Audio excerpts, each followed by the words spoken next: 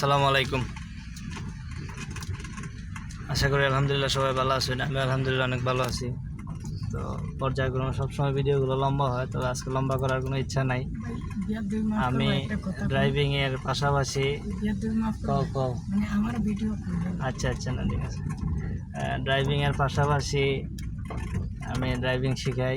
তো আজকেও ব্যতিক্রম না, আজকেও ড্রাইভিং শেখানোর উদ্দেশ্যে আসছি। তো একজন হুজুর আমার ছাত্র, যাই হোক উনি ছবি বা কোনো ধরনের ভিডিওতে